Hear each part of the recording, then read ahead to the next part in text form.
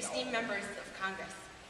My name is Catherine Lewis, and I am honored to have the opportunity to speak with you about the vital nature of the United Nations Convention on the Rights of Persons with Disabilities, which President Obama signed in 2009, but the United States Congress has twice failed to ratify.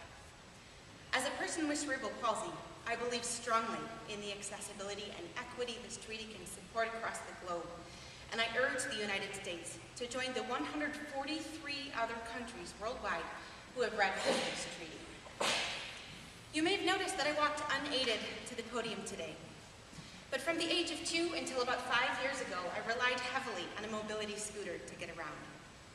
For the most part, my scooter brought me great freedom and joy, but when in 2008 and 2009 I had the opportunity to research abroad, I found myself confronted with some unprecedented and significant access barriers. Upon finishing my undergraduate degree, I received a research fellowship to explore the connection between disability advocacy and the arts. My first destination was Dublin, Ireland, where I found myself waiting for hours at bus stops as rampless buses nonchalantly passed me by. Even accessible buses would stop and cite broken ramps or even just running behind schedule as reasons to deny me access. Once I finally did reach my destinations, steps barred the entryways to meeting halls, grocery stores, post offices, and apartment buildings. Over several months, I learned to slowly lift my own mobility scooter upstairs. This is the only way I found to access the resources I needed, including the apartment where I lived for 3 months. I began to realize that pervasive inaccessibility was limiting and dampening this once-in-a-lifetime opportunity to be abroad. So I began experimenting with other forms of mobility aids, crutches, walkers, manual wheelchairs, none of which proved to be a workable substitute for my scooter.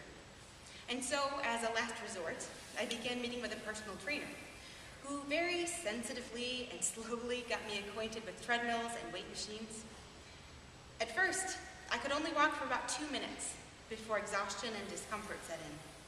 But I returned to the gym every day, increasing my endurance and stability bit by bit. A few weeks later, I moved to Sydney, Australia, and I joined a gym there. It was in Sydney that my endurance and stability skyrocketed.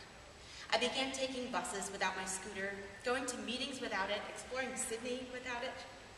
And when I got home from my year abroad and walked off the plane to some very, very surprised family members, I was able to attend the Eastman School of Music for graduate school, an opportunity I had to turn down as an undergraduate because of accessibility barriers in that very old historic building. Often, people congratulate me on such a significant shift in mobility, but their congratulations leave me unsettled. Yes, indeed, there's been an explosion of easy access to resources and to opportunities since I stopped using my battery-powered legs. But I must ask you not to simply celebrate this newfound mobility. Instead, please consider that necessity spurred my physical transition. My environment was so restrictive that I had to change my entire physical framework just to achieve daily basic productivity. Please consider my own physical flexibility was the only thing that allowed me to circumvent inaccessibility. Many people with physical disabilities do not have the ability to drastically change the way they move in the way that I did. Does this mean they do not deserve access to the world around them? Consider for a moment the definition of the word access.